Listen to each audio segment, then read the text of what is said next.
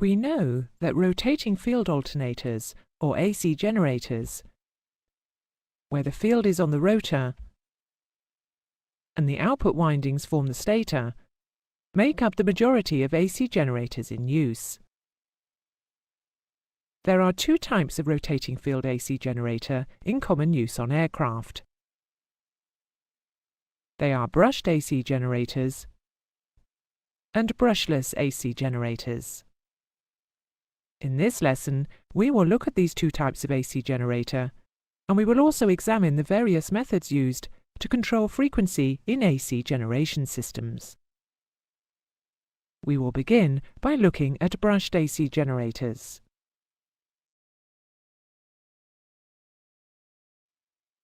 The simplest AC generator system is the brushed alternator type. The AC generator itself consists of a rotating field, which is supplied with DC by slip rings and brushes, and a stationary armature, on which are mounted the output windings.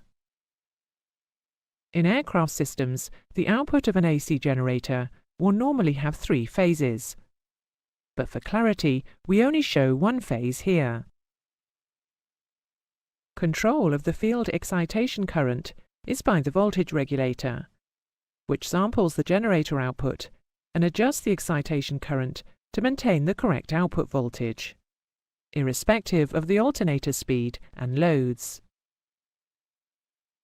The voltage regulator in its simplest form is a variable resistance, possibly a carbon pile, connected in series with the field coil. The principle of the carbon pile regulator is fully explained in the DC series of lessons. Most modern voltage regulators are electronic devices with no moving parts. The current supply for the excitation of the rotating field is provided initially from the aircraft's DC busbar. This busbar is powered by the battery until the generator is online, so the initial excitation current is supplied by the battery.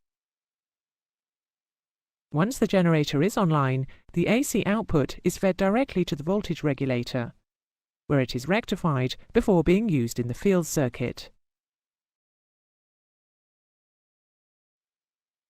A brushless AC generator consists of 2 generators. The main generator with a rotating field and an exciter generator with a rotating armature on the same shaft. The purpose of the exciter generator is to provide a current for the main generator rotating field, without the need for slip rings and brushes. Also rotating on the shaft is a rectifier unit. The rotating rectifier converts the AC produced in the exciter armature to DC for the main rotor field. The rectifier unit will normally be a bridge rectifier, containing 4 diodes. Rectifiers are fully explained in another lesson. As in the brushed generator system, the voltage regulator samples the main generator output. But in this system, it controls the exciter generator field strength and thereby its output through the rotating rectifier to the main generator field coils. On initial startup, a brushless generator may be self-excited by residual magnetism in the poles of the exciter generator field windings. Or, if the exciter generator field has no residual magnetism, it will be excited by externally supplied DC, possibly from the battery. Because, as their name implies, brushless AC generators have no brushes, they are more reliable than brushed AC generators. And they can also have a higher power-to-weight ratio.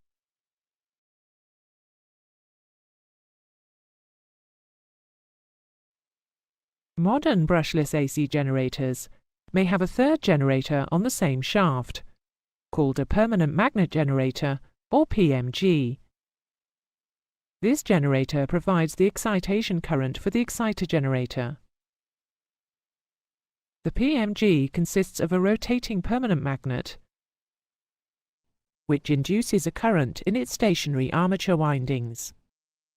The output from the PMG is rectified and fed via the voltage regulator to the stationary field windings of the excitation generator.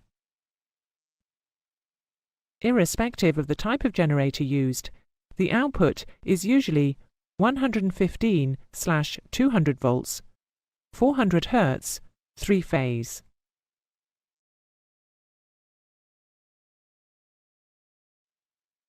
The frequency of the output of an AC generator will vary directly with the rotational speed of the generator.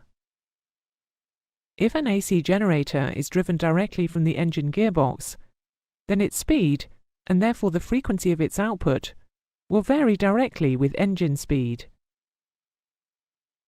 The output from such a generator is said to be frequency wild. In order for AC generators to be connected in parallel, their output frequencies need to be the same. So frequency wild generators cannot be connected in parallel.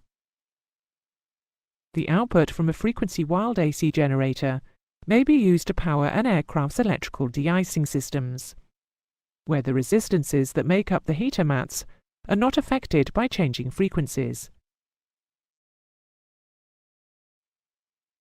Inverters can be used to give a constant frequency output from a frequency wild supply. A small number of aircraft types with frequency wild AC generators use a system known as the Variable Speed Constant Frequency System, or VSCF. The frequency wild AC is rectified to DC, which is used to power a static inverter, which then converts the DC to constant frequency AC.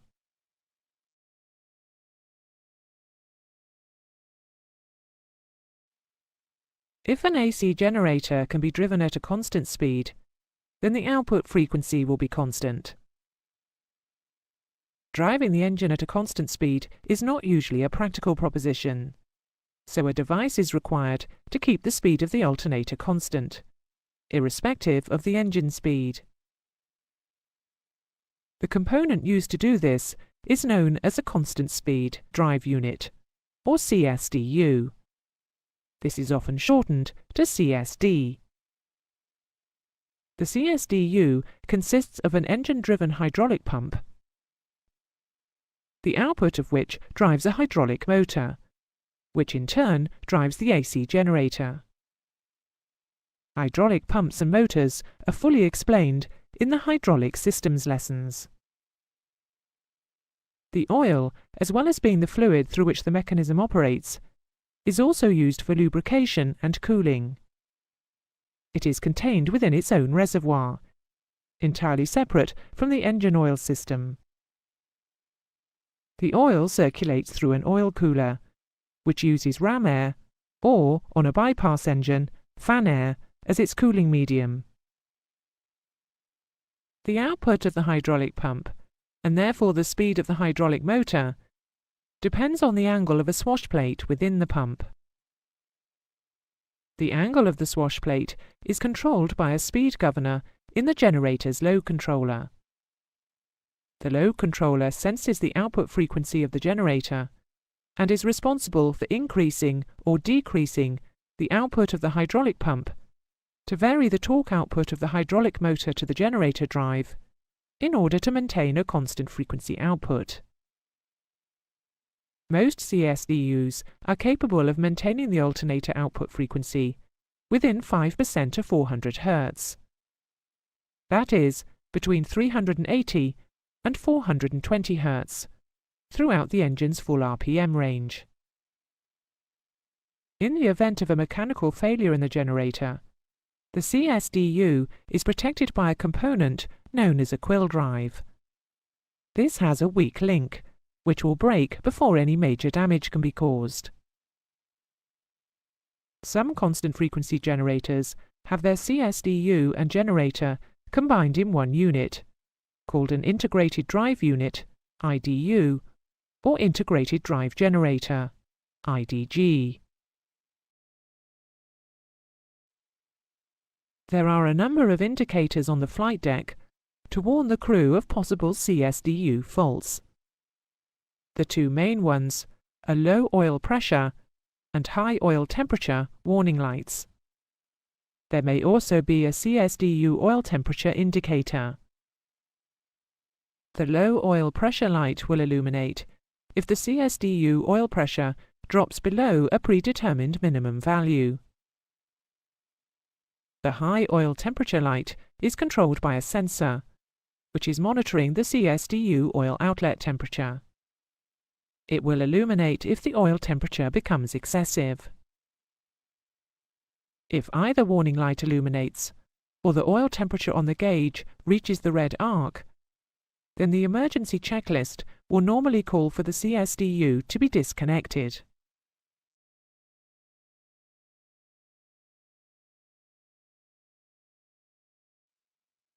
In the event of a malfunction in the CSDU or the alternator, the engine input drive to the CSDU can be disconnected. This will allow both the drive unit and the generator to become stationary. Shown here is a simplified diagram of the drive disconnect mechanism. The disconnect unit is operated by the selection of a momentary action drive disconnect switch by a flight crew member. This operates a solenoid, which causes a mechanical separation of the input drive from the engine to the constant speed unit. The mechanism requires the unit to be rotating for it to operate, so a disconnect should only be attempted when the engine is running. Reconnection may only be done manually on the ground, following shutdown of the engine.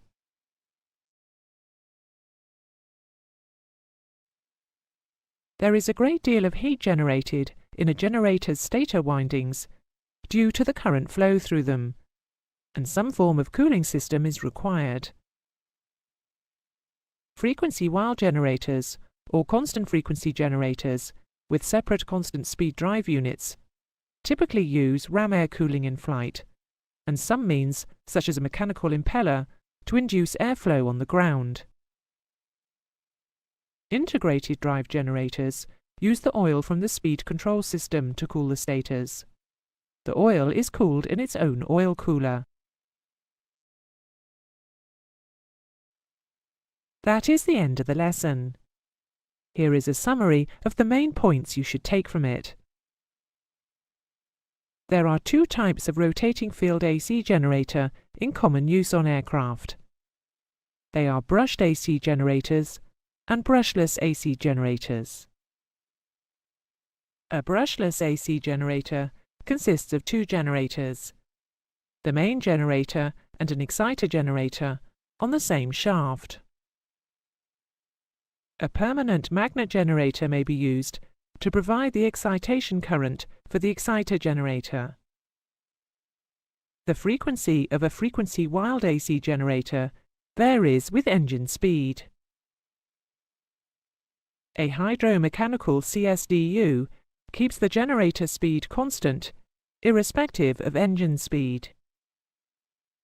The engine input drive to the CSDU can be disconnected. This will allow both the constant speed drive unit and the generator to become stationary. If the CSDU oil pressure becomes excessively low, or the oil temperature excessively high, the CSDU should be disconnected from the engine drive. Constant frequency AC generators normally have an output of 115/200 volts, 400 Hz, 3-phase.